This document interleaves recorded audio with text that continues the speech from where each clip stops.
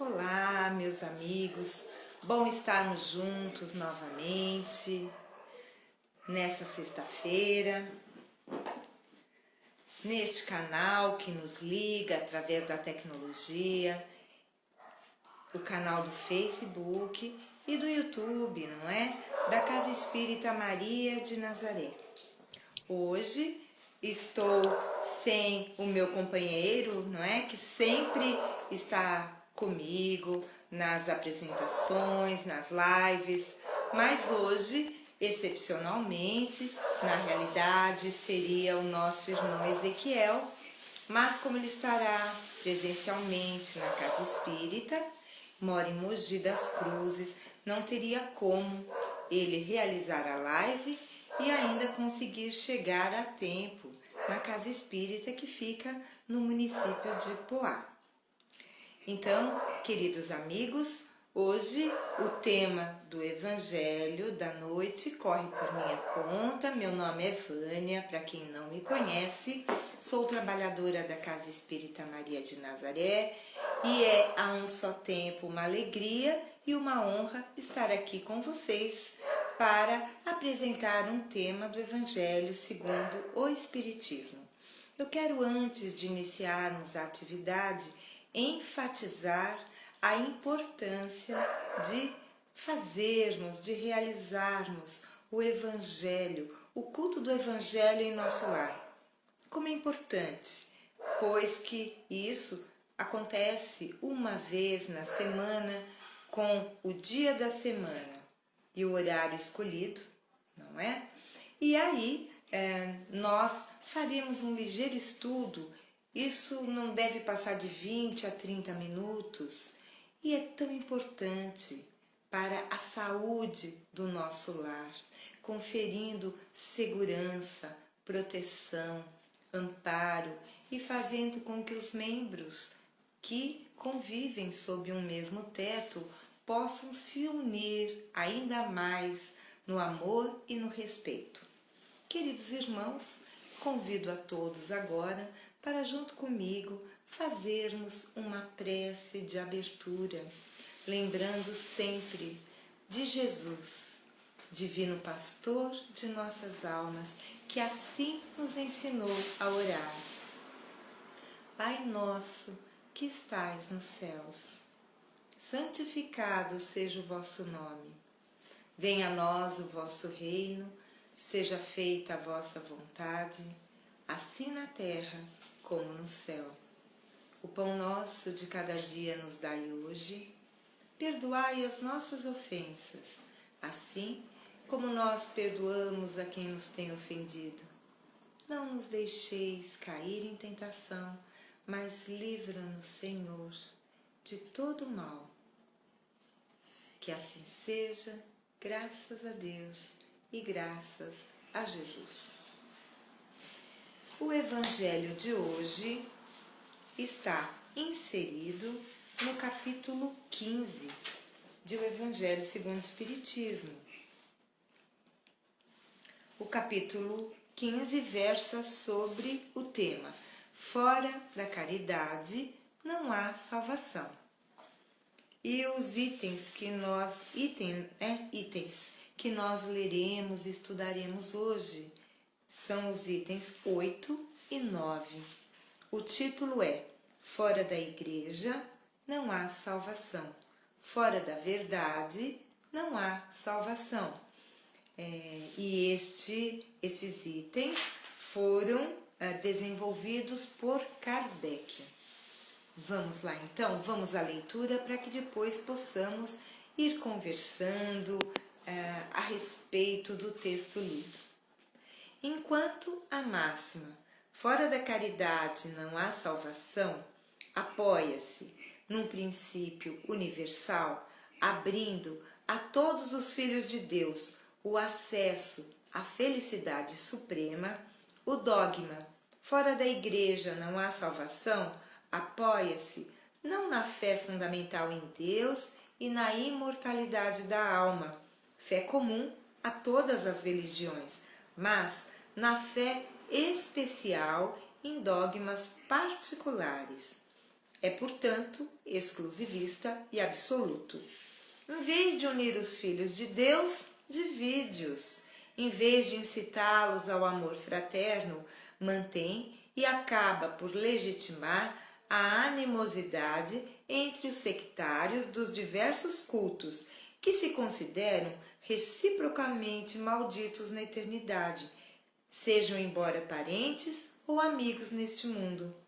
E, desconhecendo a grande lei de igualdade perante o túmulo, separa-os também no campo santo.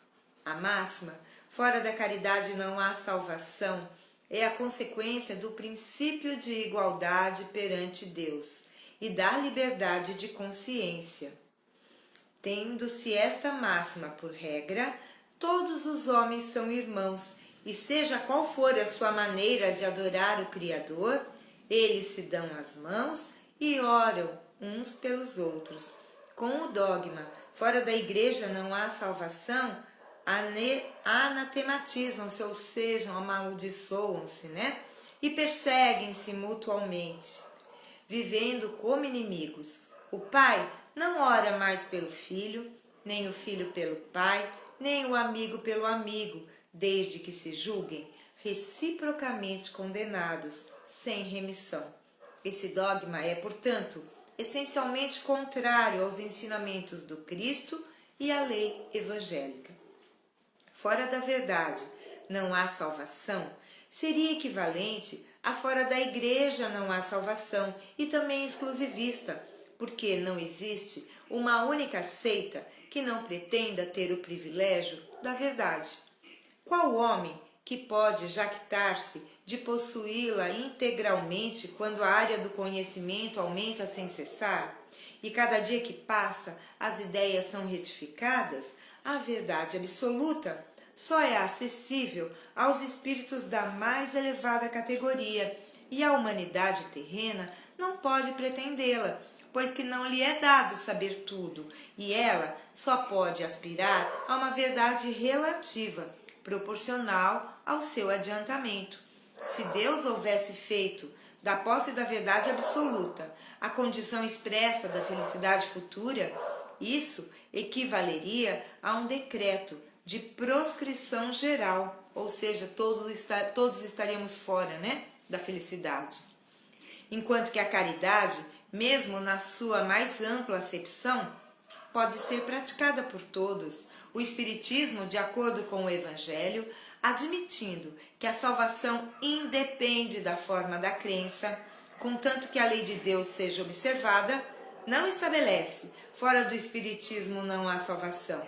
E como não pretende ensinar toda a verdade, também não diz, fora da verdade não há salvação, máxima que dividiria em vez de unir, e que perpetuaria a animosidade, as brigas, as contendas, os conflitos.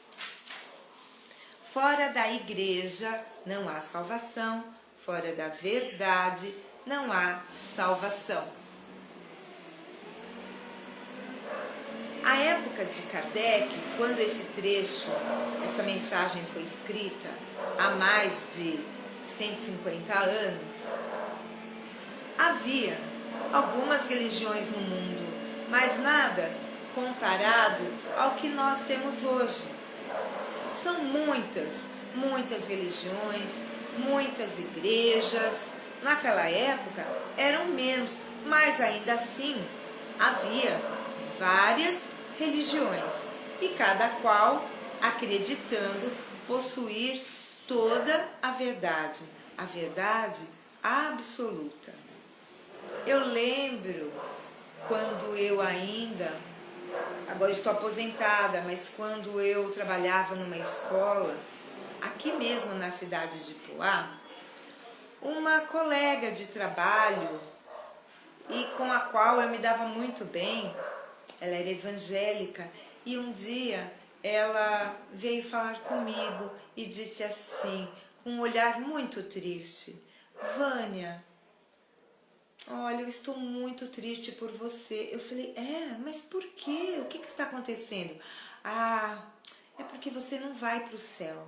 Ela sabia que eu era espírita, não é? E aí eu disse a ela, Não se preocupe, minha amiga, Deus não desampara nenhum de seus filhos. Eu vou ter um cantinho em algum lugar, pode ficar tranquila. Para vocês verem como este pensamento acaba por excluir o outro da felicidade, do céu. E, de fato, na época de Kardec, como eu disse, eram menos religiões, mas cada qual se acreditava na posse exclusiva da verdade. E quem não estivesse nessa igreja, nessa religião, estaria fora, não faria parte dos eleitos de Deus.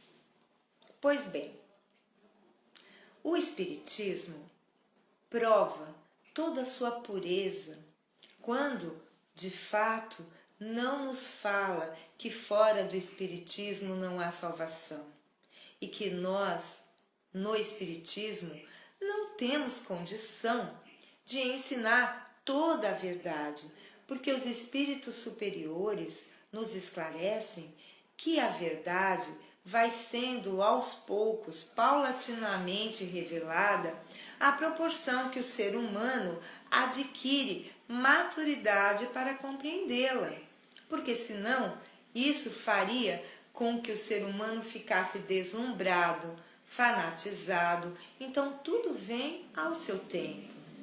E não nos esqueçamos que estamos no planeta Terra, um planeta que pertence à categoria de provas e expiações. A grosso modo, como eu costumo dizer, estaria no segundo degrau de 5 possíveis, falando de uma forma muito simplista. O primeiro degrau, o mundo primitivo. Segundo degrau, que é esse em que nos encontramos. Como podemos querer conhecer a verdade absoluta estando num segundo degrau de 5 possíveis na evolução dos mundos? Segundo degrau, Terra ou planeta de provas e expiações. Terceiro degrau, mundo de regeneração ou mundo regenerado. Quarto degrau, mundos felizes. E por fim, o quinto e último degrau, onde ficam os mundos celestes ou divinos.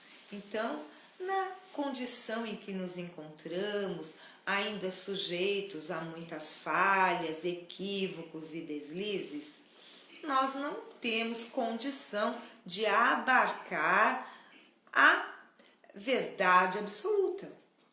Como nos garantem os espíritos superiores, ela vai sendo revelada à medida que vamos amadurecendo intelectual e moralmente. Na doutrina espírita, consideramos que Jesus é o nosso governador planetário e que presidia o planeta Terra muito antes dele ser criado, há bilhões e bilhões de anos. E Jesus vela por todos os seres vivos e inanimados. Ele acompanha a evolução do planeta desde a sua criação. E como o planeta se perdia, houve a necessidade que o Mestre Jesus encarnasse para nos dar o exemplo. Quando Jesus esteve conosco na Terra, o mundo se perdia em tanta materialidade. Porém, quando Jesus partiu, ele nos garantiu também que nos deixaria um Consolador, para que seus ensinamentos, que foram mal interpretados ou não aprendidos, pudessem ser desenvolvidos na sua pureza. E então, sabemos que em 1857 vem o clarão do Espiritismo, através da codificação de Allan Kardec, amparado, assessorado pelos espíritos superiores. Entretanto, mesmo que Jesus prometesse o Consolador, ele, antes disso e depois da sua partida, premiou o planeta Terra com inúmeros mensageiros celestes que vieram para abrir os olhos do ser humano, da humanidade, para a necessidade da prática do bem, para a necessidade da observância das leis de Deus, da lei de amor, de justiça e de caridade. Entretanto, o que vemos ao longo da história? As igrejas se amaldiçoando entre si, guerras para que houvesse uma única religião predominante, mas como violentar a consciência do outro, obrigando-o a crer como nós cremos? Isto é um absurdo. Jesus, quando aqui esteve, não preconizou, não criou nenhuma religião. Este equívoco foi cometido depois da sua partida, em que os seus ensinamentos acabaram por originar a religião católica apostólica romana. Roma, como não conseguiu combater o cristianismo nascente, achou por bem adotar aquela célebre frase: quando você não pode com o inimigo, junte-se a ele. E juntaram-se. Entretanto, quando isso aconteceu, nós tivemos muita interferência das trevas, pois que Roma vivia períodos terríveis de barbárie, de homicídios, de muito sangue. E aí, para o cristianismo, acabaram chegando essas interferências que nada tinham a ver com os ensinamentos do Divino Mestre Jesus. Mas Jesus não desistiu da humanidade terrena e jamais desistirá. Então, como eu disse, inúmeros mensageiros celestes vieram à Terra. Entretanto, muitos deles sequer ficaram conhecidos na história. Mas eu vou citar dois. Um no Oriente, outro no Ocidente. Então, sabemos qual que é a diferença de Oriente e Ocidente? O meridiano de Greenwich divide a Terra verticalmente em duas partes, em dois hemisférios. O hemisfério leste, que é o oriental, e o hemisfério oeste, que é o ocidental. Então, no Oriente, Jesus manda Maomé, o grande profeta.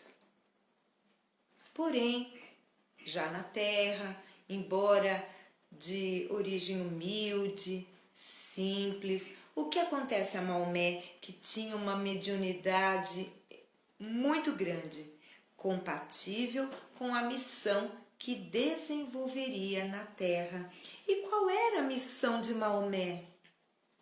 Consolidar no Oriente os ensinamentos do Mestre Jesus, trazendo paz, amor, respeito, união, comunhão dos ideais superiores. Mas o que aconteceu a Maomé? Ele se casa com Khadija, uma mulher bastante rica, e a partir de então, a sua missão ela vai sendo comprometida. Porque, embora tendo uma mediunidade exacerbada, o que aconteceu a Maomé?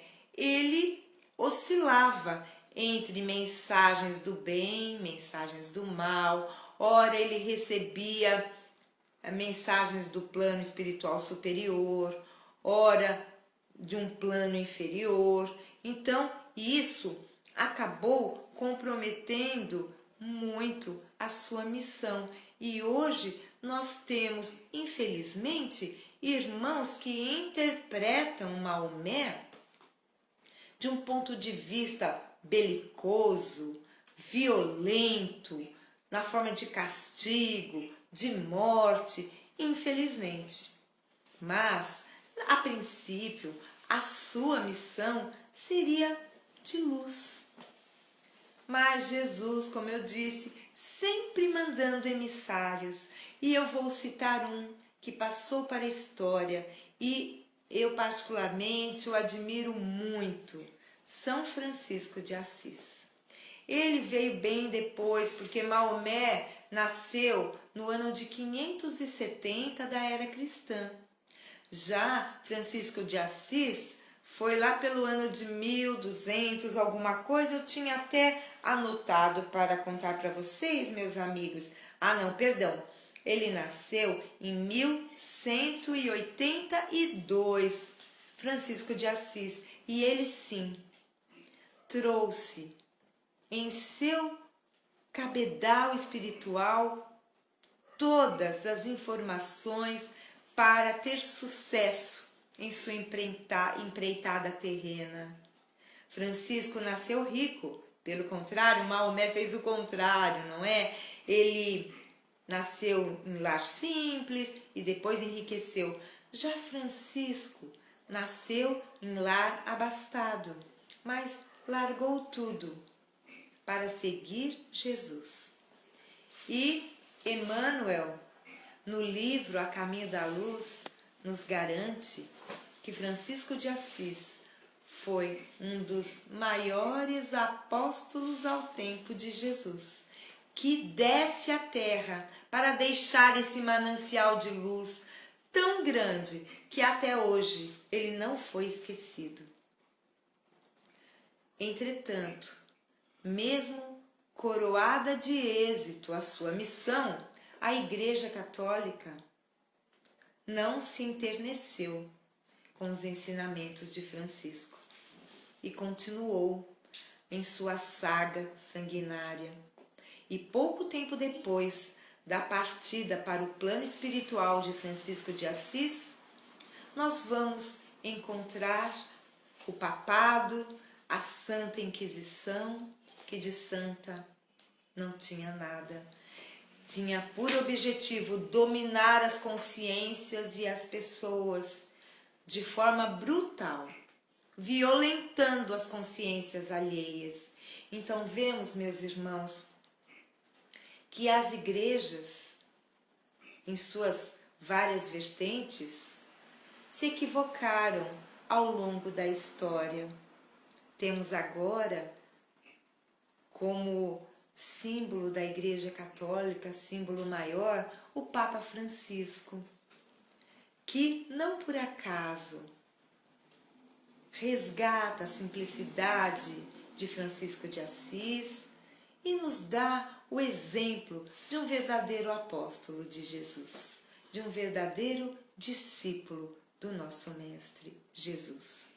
Então, queridos amigos, o que a lição nos exorta a pensar é que nenhuma igreja, nenhuma religião, além de não ter a posse exclusiva da verdade, não nos leva aos páramos celestiais.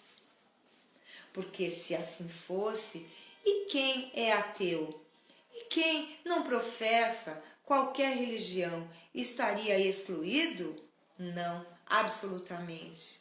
Por isso que o lema do Espiritismo, essa doutrina de luz, é: fora da caridade não há salvação. O que é caridade? Como a entendia Jesus? Kardec faz essa pergunta aos espíritos superiores na questão de número 886 do Livro dos Espíritos. Qual é o sentido da verdadeira caridade conforme ou segundo a entendia Jesus?